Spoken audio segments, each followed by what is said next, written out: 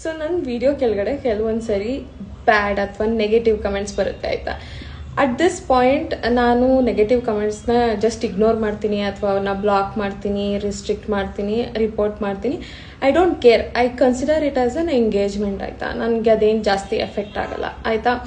But ಏನು ಗೊತ್ತಾ, ಕೆಲವೊಬ್ರು ಜನಗಳಿಗೆ ತುಂಬಾ ಲೋ ಕಾಂಪ್ರಹೆನ್ಷನ್ ಸ್ಕಿಲ್ಸ್ ಇರುತ್ತೆ ಆಯಿತಾ. ಅವ್ರಿಗೆ ನಾನು ಏನು ಹೇಳ್ತಾ ಇದ್ದೀನಿ ಅಂತಲೇ ಅರ್ಥ ಮಾಡ್ಕೊಳ್ಳೋ ಕೆಪಾಸಿಟಿನೇ ಇರಲ್ಲ. ನಾನೊಂದು ಹೇಳ್ತಾ ಇರ್ತೀನಿ, ಅವ್ರು ಇನ್ನೊಂದು ಥರ ವರ್ಡ್ಸ್ನ ಟ್ವಿಸ್ಟ್ ಮಾಡ್ತಾ ಇರ್ತಾರೆ ಆಯಿತಾ. ಮೇ ಬಿ ಅವ್ರ ಇನ್ಸೆಕ್ಯೂರಿಟಿಯಿಂದ ಇರ್ಬೋದು, ಅಥವಾ ಅವರಿಗೆ ಕಾಂಪ್ರಹೆನ್ಷನ್ ಸ್ಕಿಲ್ಸ್ ಲೋ ಇರ್ಬೋದು, ಅಥವಾ ಅವ್ರು ನೆಗೆಟಿವ್ ಆಗೇ ಥಿಂಕ್ ಮಾಡ್ತಾ ಇರ್ಬೋದು, ಅಥವಾ ಅವ್ರು ಹೇಟರ್ ಆಗಿದ್ದು ಅವ್ರು ನಾನು ಹೇಳೋದೆಲ್ಲ ಕೆಟ್ಟದಾಗೆ ತಿಳ್ಕೊಬೋದು ಆಯಿತಾ. What ever the reason is, but they comment very negatively ಆಯಿತಾ. ನಾನೊಂದು ಹೇಳಿದ್ರೆ ಆ ವರ್ಡ್ಸ್ನ ಟ್ವಿಸ್ಟ್ ಮಾಡಿಕೊಂಡು ಇನ್ನೊಂದು ಥರ ವಿಡಿಯೋಗಳಲ್ಲಿ ಕಮೆಂಟ್ಸ್ ಹಾಕ್ತಾ ಇರ್ತಾರೆ ಆಯಿತಾ. ಸೊ ಇನ್ಸ್ಟಾಗ್ರಾಮಲ್ಲಿ 30 ಸೆಕೆಂಡ್ 40 ಸೆಕೆಂಡ್ ವಿಡಿಯೋದಲ್ಲಿ ನಾನು ಎಲ್ಲನೂ ಡೀಟೇಲಾಗಿ ಎಕ್ಸ್ಪ್ಲೇನ್ ಮಾಡೋಕ್ಕಾಗಲ್ಲ ಆಯಿತಾ. ಇದು ಯೂಟ್ಯೂಬ್ ವಿಡಿಯೋ ಅಲ್ಲ. ಆ್ಯಂಡ್ ಅದನ್ನು ಕೆಲವೊಂದು ಜನಗಳಿಗೆ ಅರ್ಥ ಮಾಡ್ಕೊಳ್ಳೋ ಕೆಪಾಸಿಟಿನೇ ಇರಲ್ಲ ಆಯಿತಾ. ನೆಗೆಟಿವ್ ಆಗೇ ತೊಗೊಂಡು ಟ್ರಿಗರ್ ಆಗ್ತಾ ಇರ್ತಾರೆ. ಸೊ ನಾನು ಮೊನ್ನೆ ಒಂದು ವಿಡಿಯೋ ಹಾಕಿದ್ದೆ, ನಿಮ್ಮ ಅಜ್ಜಿ ತಾತಂದಿರು ಹಳೆ ಕಾಲದಲ್ಲಿ ಬೇಸಿಕ್ಲಿ ಡೈಲಿ ಉಪ್ಪಿಟ್ಟು, ಕೇಸರಿ ಬಾತು, ಪೂರಿ, ಸಾಗು ತಿನ್ಕೊಂಡು 80 ವರ್ಷ ಬದುಕಿದ್ರು, ಸಮಥಿಂಗ್ ಆ ಥರ ನಾನೊಂದು ವಿಡಿಯೋ ಹಾಕಿದ್ದೆ ಆಯಿತಾ. ಆ ವಿಡಿಯೋ ಅರ್ಥ ಏನು ಅಂತ ಇಲ್ಲೊಂದ್ಸರಿ ಡೀಟೇಲಾಗಿ ಎಕ್ಸ್ಪ್ಲೇನ್ ಮಾಡ್ತೀನಿ ಆಯಿತಾ. ಮೇ ಬಿ ನಿಮ್ಗೆ ಯಾರಿಗೂ ಅರ್ಥ ಆಗಿಲ್ಲ ಅಂದರೆ, ಏನು ಗೊತ್ತಾ, ಅದೇನಪ್ಪ ಅಂತ ಹೇಳಿದ್ರೆ ಕೆಲವೊಂದು ಸೆಟ್ ಆಫ್ ಪೀಪಲ್ ಇರ್ತಾರೆ. ಅವ್ರು ಏನಂದರೆ ಅವ್ರು ಸೈನ್ಸ್ನು ಬಿಲೀವ್ ಮಾಡಲ್ಲ, ಅಥವಾ ಅವ್ರ ಲೈಫ್ನ ಅಪ್ಡೇಟ್ ಮಾಡ್ಕೊಳ್ಳಲ್ಲ, ಅಥವಾ ನ್ಯೂ ಥಿಂಗ್ಸ್ನ ಅಕ್ಸೆಪ್ಟ್ ಮಾಡಲ್ಲ ಆಯಿತಾ. ಅವ್ರು ಹೆಂಗೆ ಅಂದರೆ, ಆ್ಯಂಡ್ ಅವ್ರಿಗೇನಂದರೆ ಎಲ್ಲ ಈಸಿ ಆಗಬೇಕು ಅನ್ನೋ ಥರನೇ ಬಿಲೀವ್ ಮಾಡ್ತಾರೆ ಆಯಿತಾ. ಸೊ ಅವ್ರು ಹೆಂಗೆ ಅಂದರೆ, ಈಗ ಫಾರ್ ಎಕ್ಸಾಂಪಲ್ ನಮ್ಮ ಅಜ್ಜಿ ತಾತಂದಿರು ಹಳೆ ಕಾಲದಲ್ಲಿ ಉಪ್ಪಿಟ್ಟು, ಕೇಸರಿ ಬಾತು ಅಥವಾ ಪೂರಿ, ಸಾಗು ಎಲ್ಲನೂ ತಿನ್ಕೊಂಡು 80 ವರ್ಷ 90 ವರ್ಷ ಬದುಕಿದ್ರು, ನಾನು ಹಾಗೆ ಇರ್ತೀನಿ ಅಂತ ಅವ್ರು ಒಂಥರ ಸ್ಟರ್ಬನ್ ಆಗಿ ಆಕ್ಟ್ ಮಾಡ್ತಾ ಇರ್ತಾರೆ ಆಯ್ತಾ. ಸೊ ನನ್ನ ಆ ವಿಡಿಯೋ ಅರ್ಥ ಏನಪ್ಪಾ ಅಂದರೆ, ಆ ಥರ ಸ್ಟಬ್ಬನ್ ಆಗಿ ದಡ್ರ ಥರ ಆ್ಯಕ್ಟ್ ಮಾಡ್ತಾ ಇರ್ತಾರೆ ಆಯಿತಾ. ಅವ್ರ ಲೈಫಲ್ಲಿ ಅವ್ರು ಚೇಂಜೇ ಮಾಡ್ಕೊಳ್ಳಲ್ಲ ಆಯಿತಾ. ಈವನ್ ದೋ ಡಾಕ್ಟರ್ಸ್ ಹೇಳಿದ್ರು ಡಾಕ್ಟ್ರಿಗೆ ಏನು ಗೊತ್ತು ಅನ್ನೋ ಥರ ಥಿಂಕ್ ಮಾಡ್ತಾರೆ. ಸೊ ಆ ಥರ ಆಯಿತಾ, ಆ ಥರ ಮೆಂಟಾಲಿಟಿ ಇರೋ ಜನಗಳಿಗೆ ಬೇಸಿಕ್ಲಿ ಹಂಗೆ ಥಿಂಕ್ ಮಾಡ್ತಾ ಇರ್ತಾರೆ. ನಾನಿಲ್ಲ ಎಕ್ಸ್ಪ್ಲೇನ್ ಮಾಡ್ತೀನಿ ಆಯಿತಾ. ನಾನು ವಿಡಿಯೋ ಅರ್ಥ ನಮ್ಮ ಇಂಡಿಯನ್ ಫುಡ್ ಇರ್ಬೋದು, ಅಥವಾ ನಮ್ಮ ಅಜ್ಜಿ ತಾತಂದಿರು ತಿಂದಿರೋದಿರ್ಬೋದು ತಪ್ಪು ಅಥವಾ ರಾಂಗ್ ಅಂತ ಅಲ್ಲ ಆಯಿತಾ. ನಮ್ಮ ಅಜ್ಜಿ ತಾತಂದಿರು ಮುಂಚೆ ನಮ್ಮ ಥರ ಜಂಕ್ ಫುಡ್ ತಿಂತಾ ಇರಲಿಲ್ಲ, ಅಥವಾ ನಮ್ಮ ಥರ ಬೆಳಗಿಂದ ಸಂಜೆವರೆಗೂ ಕಂಪ್ಯೂಟರ್ ಮುಂದೆ ಕೂತ್ಕೊಂಡು ಕೆಲಸ ಮಾಡ್ತಾ ಇರಲಿಲ್ಲ. ಅವರು ಯಾವಾಗಲೂ ಆಕ್ಟಿವ್ ಆಗಿರ್ತಾ ಇದ್ರು ಆಯಿತಾ. There is one term called meet ಅಂತ ಹೇಳ್ಬಿಟ್ಟು ಆಯಿತಾ. ಅಂದರೆ ಅವ್ರದ್ದು ಮೂವ್ಮೆಂಟ್ ಏನಿರುತ್ತೆ, ಆಕ್ಟಿವಿಟಿ ಏನಿರುತ್ತೆ, ಓವರ್ ಆಲ್ ಡೈಲಿ ಆಕ್ಟಿವಿಟಿ ಅದು ಹೈ ಇರ್ತಾ ಇತ್ತು. ನಮ್ಮ ಥರ ಯಾವಾಗಲೂ ಹಿಂಗೆ ಕುಂತಿದ ಹತ್ರನೇ ಕುತ್ಕೊಂಡು ಸೆಡೆಂಟ್ರಿ ಲೈಫ್ ಸ್ಟೈಲ್ನ ಅವ್ರು ಲೀಡ್ ಮಾಡ್ತಾ ಇರಲಿಲ್ಲ ಆಯಿತಾ. So and one more thing ಏನಪ್ಪ ಅಂತ ಹೇಳಿದ್ರೆ, ಅವ್ರು ತಿಂತಿದ್ರಲ್ಲ ಅವಾಗಿನ ಫುಡ್ಡು, ಸೊ ಅವ್ರು ತಿಂತ ಇದ್ದಂಥ ಫುಡ್ ಕ್ವಾಲಿಟಿಗೂ ನಾವು ತಿಂತಾ ಇರುವಂಥ ಫುಡ್ ಕ್ವಾಲಿಟಿಗೂ ತುಂಬಾ ಡಿಫ್ರೆನ್ಸ್ ಇದೆ. ಆ್ಯಂಡ್ ಅವ್ರು ಉಸಿರಾಡ್ತಿದ್ದಂಥ ಏರ್ ಕ್ವಾಲಿಟಿಗೂ ನಮ್ಮ ಏರ್ ಕ್ವಾಲಿಟಿಗೂ ತುಂಬಾ ಡಿಫ್ರೆನ್ಸ್ ಇದೆ. ಆ್ಯಂಡ್ ಆಲ್ಸೋ ಅವರು ನಮ್ಮಷ್ಟು ಸ್ಟ್ರೆಸ್ನ ಡೈಲಿ ಬೇಸಿಸಲ್ಲಿ ತಗೊಳ್ತಾ ಇರಲಿಲ್ಲ ಆಯಿತಾ. ನಮ್ಮ ಲೈಫೇ ಬೇರೆ, ನಮ್ಮ ಲೈಫ್ ಸ್ಟೈಲೇ ಬೇರೆ, ಅವ್ರ ಲೈಫ್ ಸ್ಟೈಲೇ ಕಂಪ್ಲೀಟ್ಲಿ ಬೇರೆ ಆಯಿತಾ. So and one more thing ಇನ್ನೊಂದು ಹೇಳ್ತೀನಿ ನೋಡಿ. ಸೊ ನಮ್ಮ ಇಂಡಿಯನ್ ಫುಡ್ಡಲ್ಲಿ protein is very very very low ಆಯಿತಾ. ನಾನು ಇಂಡಿಯನ್ ಫುಡ್ ರಾಂಗ್ ಅಂತ ಯಾವತ್ತೂ ಹೇಳಲ್ಲ ಆಯಿತಾ. ನನ್ನ ವೀಡಿಯೋಸ್ನ ಕರೆಕ್ಟಾಗಿ ಫಾಲೋ ಮಾಡೋರಾದರೆ ಗೊತ್ತಿರುತ್ತೆ, ನಾನು ಎಲ್ಲ ಥರ ಫುಡ್ನು ಕುಕ್ ಮಾಡ್ತೀನಿ. ಆ್ಯಂಡ್ ಬೇಸಿಕಾಗಿ ಏನಪ್ಪ ಅಂದರೆ, ನನಗೆ ಡಿಫ್ರೆಂಟ್ ಟೈಪ್ಸ್ ಆಫ್ ಫುಡ್ನ ಕುಕ್ ಮಾಡೋಕ್ಕೆ ಇಷ್ಟ. ಅದಕ್ಕೆ ನಾನು ಡೈಲಿ ಡಿಫ್ರೆಂಟ್ ಕುಕ್ ಮಾಡ್ತಾ ಇರ್ತೀನಿ ಆಯಿತಾ. ನಮ್ಮ ಮನೇಲಿ ಏನು ಮುದ್ದೆ ಅಥವಾ ಅನ್ನ ಸಾರು ಏನು ಮಾಡೋದೇ ಇಲ್ಲ ಅಂತ ಅಲ್ಲ. ನನ್ನ ವೀಡಿಯೋಸ್ ಕರೆಕ್ಟಾಗಿ ನೋಡಿದ್ರೆ ನಿಮಗೆ ಗೊತ್ತಿರುತ್ತೆ. ಸೊ ಬೇಸಿಕ್ಲಿ ಏನು ಗೊತ್ತಾ, ಇವಾಗ ನಮ್ಮ ಅಜ್ಜಿ ತಾತಂದಿರು ಇರ್ಬೋದು ಆಯಿತಾ, ಆವಾಗ್ಲೂ ಅವರು ಅಟ್ಲೀಸ್ಟ್ ಕಾಳುಗಳಿರ್ಬೋದು, ಸೊಪ್ಪು, ತರಕಾರಿ ಇಂಥವೆಲ್ಲ ಜಾಸ್ತಿ ತಿನ್ನೋರು. ಆ್ಯಂಡ್ ಒನ್ ಮೋರ್ ಥಿಂಗ್ ಏನಂದರೆ, ಅವರ ಆ್ಯಕ್ಟಿವಿಟಿ ಲೆವೆಲ್ ಅಥವಾ ಅವ್ರ ಲೈಫ್ ಸ್ಟೈಲ್ ಡಿಫ್ರೆಂಟ್ ಆಗಿದ್ದರಿಂದ ಅವ್ರ ಲೈಫ್ ಸ್ಟೈಲ್ಗೂ ಅವ್ರ ಫುಡ್ಡಿಗೂ ಮ್ಯಾಚ್ ಆಗ್ತಾಯಿತ್ತು. ಬಟ್ ನಮ್ಮ ಲೈಫ್ ಸ್ಟೈಲ್ ಏನು, ಇವಾಗ ನಮ್ಮ ಅಜ್ಜಿ ತಾತಂದಿರು ಏನಾದರೂ ಇದು ಏನೋ ಬೇಕ್ರಿ ಐಟಮ್ಸ್ಗಳು, ಮತ್ತು ಪಾನಿಪುರಿ, ಗೋಬಿ ಮಂಚೂರಿ, ಆಮೇಲೆ ಐಸ್ ಕ್ರೀಮ್ಗಳು ಇಂಥವೆಲ್ಲ ತಿಂದ್ಕೊಂಡೇ ಬೆಳೆದಿದ್ರ? ನೋ, ನಾವು ಅದನ್ನ ಅಕ್ಸೆಪ್ಟ್ ಮಾಡ್ಕೊಂಡಿದ್ದೀವಿ. ಬಿಕಾಸ್ ಅದು ಟೇಸ್ಟಿ ಆಗಿರುತ್ತೆ, ಈಸಿಯಾಗಿ ಸಿಕ್ಬಿಡುತ್ತೆ ಅಂತ ಹೇಳ್ಬಿಟ್ಟು ಅದನ್ನ ನಮ್ಮ ಲೈಫ್ ಸ್ಟೈಲಿಗೆ ಚೆನ್ನಾಗಿರುತ್ತೆ ಅಂತ ಅಕ್ಸೆಪ್ಟ್ ಮಾಡ್ಕೊಂಡಿದ್ದೀವಿ ಹೊರತು, ಅದೇ ಥರ ನಾವು ಇದನ್ನೆಲ್ಲ ತಿನ್ಬೇಕಾದ್ರೆ ನಮ್ಮ ಫುಡ್ಡಲ್ಲೂ ಕೂಡ ಸ್ವಲ್ಪ ಮಾಡಿಫಿಕೇಶನ್ ಮಾಡ್ಕೋಬೇಕು ಅನ್ನೋದನ್ನ ಜನಗಳು accept ಮಾಡ್ಕೊಳ್ಳಲ್ಲ. there is nothing wrong in Indian food, but only one thing ಏನಪ್ಪ ಅಂತ ಹೇಳಿದ್ರೆ, ನಾವೇನು ಮಾಡ್ಕೊಂಡಿದ್ದೀವಿ ಅಂದರೆ, ಇಂಡಿಯನ್ ಫುಡ್ ಅಂತ ಹೇಳ್ಬಿಟ್ಟು ಸೊ ನಾವು ಬೇಸಿಕಲಾಗಿ ನಮ್ಮ ಇಂಡಿಯನ್ ಫುಡ್ಡಲ್ಲಿ ಏನಪ್ಪ ಅಂದರೆ ಮೇಯ್ನಾಗಿ ಕಾಳು ಪಲ್ಯ ಅಥವಾ ತರಕಾರಿ ಪಲ್ಯ, ಮುದ್ದೆ, ಅನ್ನ, ಸಾರು, ಉಪ್ಪಿಟ್ಟು, ಕೇಸರಿಬಾತ್ ಎಲ್ಲ ಇದೆ ಆಯಿತಾ. ಬಟ್ ನಾವು ಇವೆಲ್ಲ ಬಿಟ್ಟಾಕ್ಬಿಟ್ಟಿದ್ದೀವಿ. ಕಾಳು ಪಲ್ಯಗಳು, ಚಿಕನ್ನು ಇಂಥವೆಲ್ಲ ಬಿಟ್ಟಾಕ್ಬಿಟ್ಟು ಜಸ್ಟ್ ಯಾವಾಗ್ಲೂ ಬರೀ ಈಸಿ ಆಗುತ್ತೆ ಅಂತ ಹೇಳ್ಬಿಟ್ಟು ಅನ್ನ, ಸಾರು, ಉಪ್ಪಿಟ್ಟು, ಪಲಾವು ಬರೀ ಇವೇ ತಿನ್ನೋದನ್ನೇ ಅಭ್ಯಾಸ ಮಾಡ್ಕೊಂಬಿಟ್ಟಿದ್ವಿ. ರೊಟ್ಟಿನೂ ಅಷ್ಟೇ. ಅಂದರೆ ಏನು ಗೊತ್ತಾ, ನಮ್ಮ ಇಂಡಿಯನ್ ಫುಡ್ ಈಸ್ ವೆರಿ ಏನಂತಾರೆ ರಿಚ್ ಇನ್ ಕಾರ್ಬ್ಸ್ ಆಯಿತಾ. There is no protein or fibre in daily basis. ನಾನು ನಾರ್ಮಲ್ ರೆಗ್ಯುಲರ್ ಹೌಸ್ ಹೋಲ್ಡ್ಸಲ್ಲಿ ಹೆಂಗಿರುತ್ತೆ ಅನ್ನೋದ್ರ ಮೇಲೆ ಹೇಳ್ತಾ ಇದ್ದೀನಿ ಆಯಿತಾ. ಸೊ ಈ ಫೈಬರು ಮತ್ತು ಪ್ರೋಟೀನ್ ಇಲ್ದಂಗೆ ಬರೀ ಕಾರ್ಬ್ಸ್ ತಿನ್ನೋದನ್ನೇ ಅಭ್ಯಾಸ ಮಾಡ್ಕೊಂಡ್ಬಿಟ್ಟಿದ್ದೀವಿ ಆಯಿತಾ. ದಟ್ ಈಸ್ ನಾಟ್ ಹೆಲ್ತಿ ಆಯಿತಾ.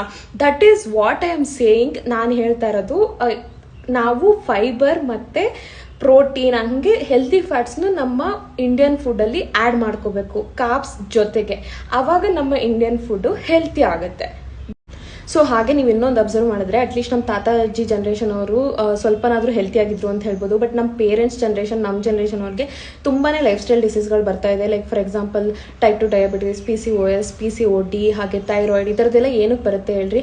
ಪೂರ್ ನ್ಯೂಟ್ರಿಷನ್ ಮತ್ತು inactive life style, sedentary life style ಇರೋದ್ರಿಂದ ಮತ್ತು ಸ್ಟ್ರೆಸ್ ಇರೋದ್ರಿಂದ ಈ ಥರ ಮೇಯ್ನ್ ಲೈಫ್ ಸ್ಟೈಲ್ ಡಿಸೀಸ್ಗಳು ಬರೋದಕ್ಕೆ ಕಾರಣ.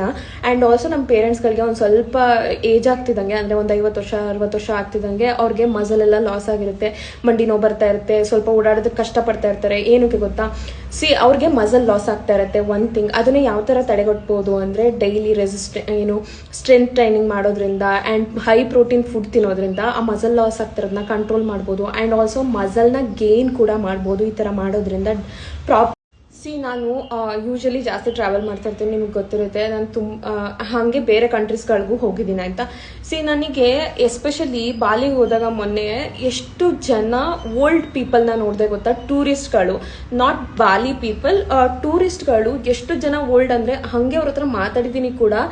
Like they are like 75-80 years couples, ಆಮೇಲೆ ಒಬ್ರೊಬ್ಬರೇ ಬಂದಿದ್ದಾರೆ. ಅವರು ಟೂರಿಸ್ಟ್ ಆಗಿ ಬಂದಿದ್ದಾರೆ ಆಯಿತಾ. They are like walking very freely, nicely, and they're enjoying food and all the local places and all. ನಂಗೆ ಎಷ್ಟು ಶಾಕ್ ಆಯ್ತು ಗೊತ್ತಾ? ಅದೇ ನಮ್ಮವ್ರು ನೋಡಿ 50-60 ವರ್ಷಕ್ಕೆ ಸುಸ್ತಾಗಿರ್ತಾರೆ. ಅವರಿಗೆ ಟ್ರಾವೆಲ್ ಮಾಡೋಕೆ ಕರ್ಕೊಂಡು ಹೋದ್ರೂ ದೇವಸ್ಥಾನಗಳಿಗೆ ಬಸ್ಸಲ್ಲಿ ಕರ್ಕೊಂಡೋಗಿ ತೋರಿಸ್ಕೊಂಡು ವಾಪಸ್ ಬರಬೇಕು ಬಿಟ್ರೆ 80 ವರ್ಷದಲ್ಲಿ ದೇವರಾಣೆ ನಮ್ಮವ್ರು ಯಾರೂ ಟ್ರಾವೆಲ್ ಮಾಡೋಕೆ ಇಷ್ಟನೂ ಪಡಲ್ಲ, ಅವ್ರ ಕೈಲಿ ಆಗೋದು ಇಲ್ಲ. ಇದಕ್ಕೆ ಮೇನ್ ರೀಸನ್ ಏನು ಗೊತ್ತಾ? ನಮ್ಮವರು first sedentary life style and also ನಮ್ಮವರು ಏನು ಪ್ರೋಟೀನ್ ಫುಡ್ ತಿನ್ನಲ್ಲ. ಬರೀ ನಾನು ಮೇಯ್ನಾಗಿ ಅಬ್ಸರ್ವ್ ಮಾಡಿದ್ದು ಏನಪ್ಪ ಅಂತ ಹೇಳಿದ್ರೆ, ಇವೊಂದು ಯುರೋಪಿಯನ್ ಕಂಟ್ರೀಸ್ ಅಥವಾ ಈ ಗ್ರೀಕ್ ಕಂಟ್ರೀಸ್ ಎಲ್ಲ ಇರುತ್ತಲ್ಲ, ಅವರು ಏನೇ ಬ್ರೆಡ್ ತಿಂದ್ರೂ ಬ್ರೆಡ್ನ 1 ಪೀಸ್ 2 ಪೀಸ್ ತಿಂತಾರೆ ಹೊರತು ಅದು ಬಿಟ್ಟರೆ ಅವ್ರು ಜಾಸ್ತಿ ವಾಕ್ ಮಾಡ್ತಾರೆ. One thing. And also they do lot of physical activity. And one more thing ಏನಪ್ಪ ಅಂದರೆ ಅವ್ರ ಡಯಟ್ ತುಂಬ ಸಖತ್ತಾಗಿರುತ್ತೆ ಆಯಿತಾ. ಅವ್ರದ್ದು ಮೇನ್ ಫುಡ್ಡೇ ಮೀಟ್ ಓಕೆ ಫುಡ್. ಅವರು ನಾನ್ ವೆಜ್ ತುಂಬ ತಿಂತಾರೆ, ಸೊ ಪ್ರೋಟೀನ್ ಚೆನ್ನಾಗಿ ಸಿಗುತ್ತೆ ಅವರಿಗೆ. ಆ್ಯಂಡ್ ವೆಜಿಟೇಬಲ್ಸ್ ಜಾಸ್ತಿ ತಿಂತಾರೆ. ಅವ್ರದ್ದು ಕಾರ್ಬ್ಸ್ ತುಂಬ ಕಡಿಮೆ ಇರುತ್ತೆ. I am not saying carb ತಿನ್ನಬಾರ್ದು ಅಂತ. ನನಗೆ ಅನ್ನ ತಿಂದಲೇ ಇರೋಕ್ಕೆ ಆಗಲ್ಲ ಆಯಿತಾ. First of all I am saying ಏನಪ್ಪ ಅಂತ ಹೇಳಿದ್ರೆ, ಒಂದು ಮೀಲಲ್ಲಿ ಪ್ರಾಪರ್ ಆಗಿ ಅಟ್ಲೀಸ್ಟ್ ಮ್ಯಾಕ್ರೋ ನ್ಯೂಟ್ರಿಯೆಂಟ್ಸ್ನಾದರೂ ಮ್ಯಾನೇಜ್ ಮಾಡಬೇಕು ಅಂತ. ಸೊ ಲೈಕ್ ಕಾರ್ಬ್ಸ್ ಅಂದರೆ ರೈಸು, ರೊಟ್ಟಿ, ಮುದ್ದೆ, ಚಪಾತಿ ಇಂಥವು ಆಯಿತಾ. ಪ್ರೋಟೀನ್ ಅಂದರೆ ಚಿಕನ್ನು, ಪನೀರು, ಟೋಫು, ಕಾಳುಗಳೇನು ಅಷ್ಟೊಂದು ಚೆನ್ನಾಗಿ ಪ್ರೋಟೀನ್ ಅಂತ ಹೇಳಲ್ಲ, ಮೇನ್ಲಿ ಕಾರ್ಬ್ ಸೋರ್ಸ್ ಅಂತ ಹೇಳ್ಬೋದು. But still you can consider vegetarians.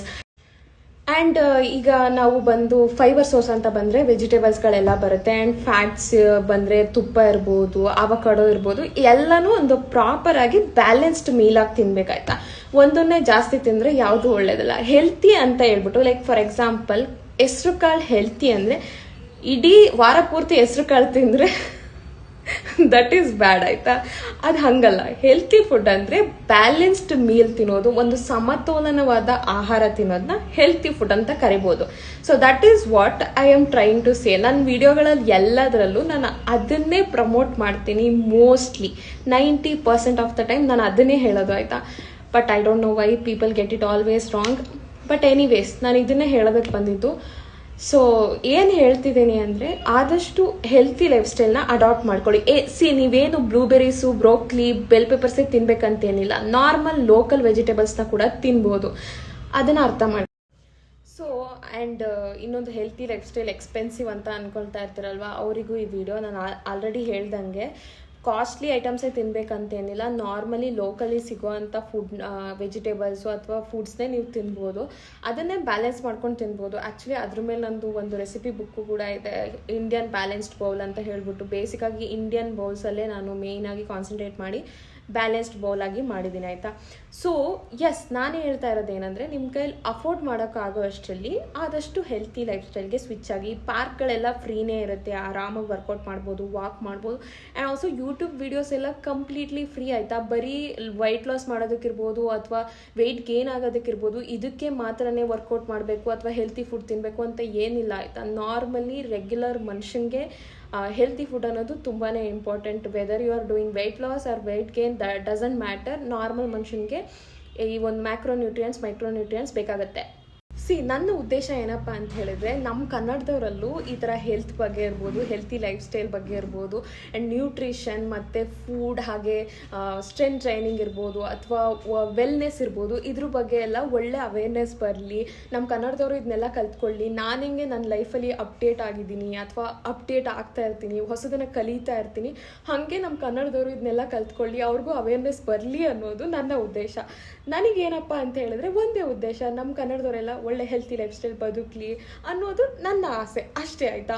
So ಅದನ್ನೇ ನಾನು ಕಮ್ಯುನಿಕೇಟ್ ಮಾಡ್ತೀನಿ. I don't know why people take it wrong. Especially ಆ ವಿಡಿಯೋದಲ್ಲಿ ನೀನು ನಮ್ಮ ಅಜ್ಜಿನ ಬೈತಾ ಇದೆಯಾ ಅಂತ ಬೇರೋ ನರ್ತ್ ನನ್ನ ಅಜ್ಜಿದಿನ ಬೈತಾ ಇದ್ದೀನಿ. ಆ್ಯಂಡ್ ಸೆಕೆಂಡ್ ಥಿಂಗ್, ದಡ್ರು. ಯಾರಾದರೂ ಒಬ್ಬರು ಪರ್ಸನ್ನು ಏನಾದರೂ ಒಂದು ರಾಂಗ್ ಥಿಂಗ್ ಮಾಡಿದ್ರೆ ಯೂಶಲಿ ದಡ್ರು ಅಂತ ಬೈತಾರೆ. ಅದೇನಾದರೂ ದೊಡ್ಡ ಬೈಗಳನ್ನು I don't understand why people are getting triggered for that.